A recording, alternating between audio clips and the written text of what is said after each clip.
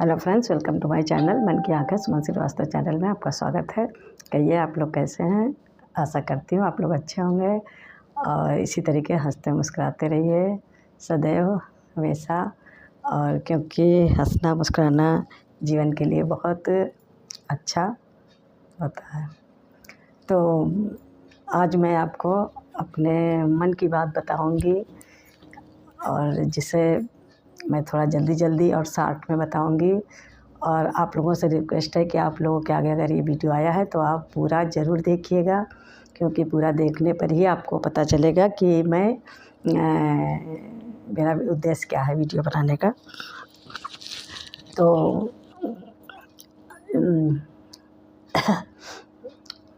मैं लखनऊ में मेरा जन्म हुआ और मुझे शुरू से ही भक्ति में बहुत ज़्यादा मन लगता था। और मेरे बहुत बड़े ऊँचे ख्वाब थे। मैं बहुत ऊँचे ख्वाब देखती थी कि जैसे बड़ी भागवत करवाऊँ या ये करवाऊँ वो करवाऊँ, बहुत बड़े दान दूँ, बहुत गरीबों की सहायता करूँ, या जैसे मैं अनाथालय खुलवाऊँ या बड़ी रामायण ये सब बैठवाऊँ, सुंदरकांड करवाऊँ बड़े भव्य तरीके से।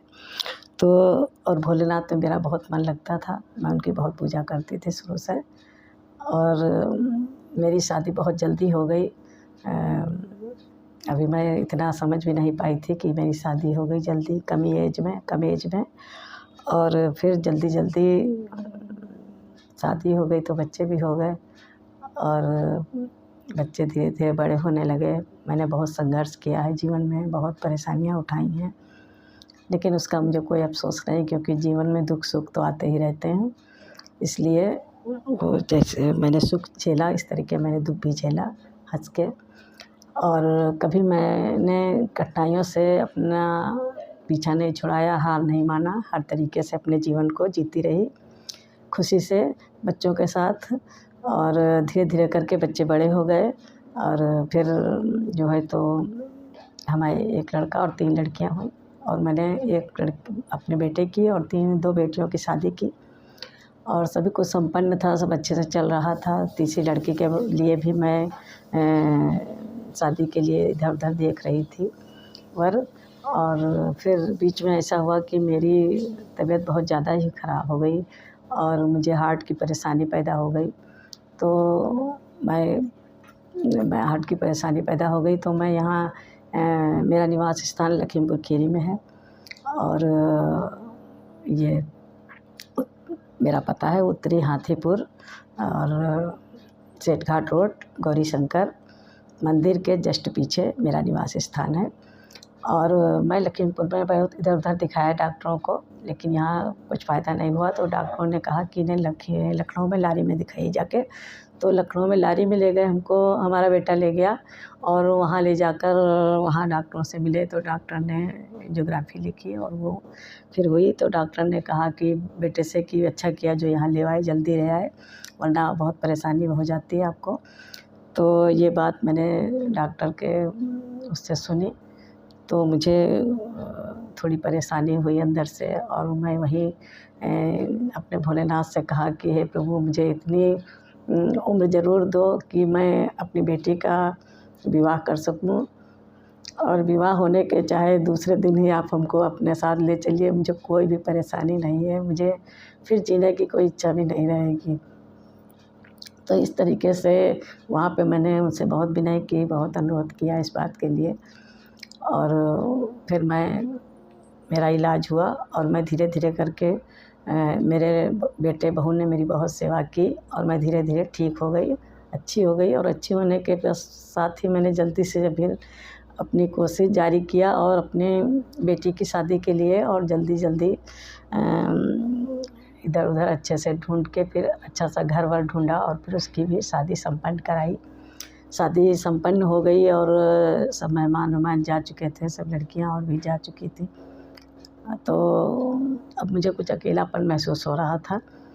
तो मैं एक दिन ऐसे लेटे अपने भोलेनाथ से कहा कि अब आप मुझको ले चलिए, अब कोई ज़रूरत नहीं है यहाँ संसार में रहने की। और मैं कुछ ज़्यादा ही निराश हो गई तो रोने भी लगी अकेले में।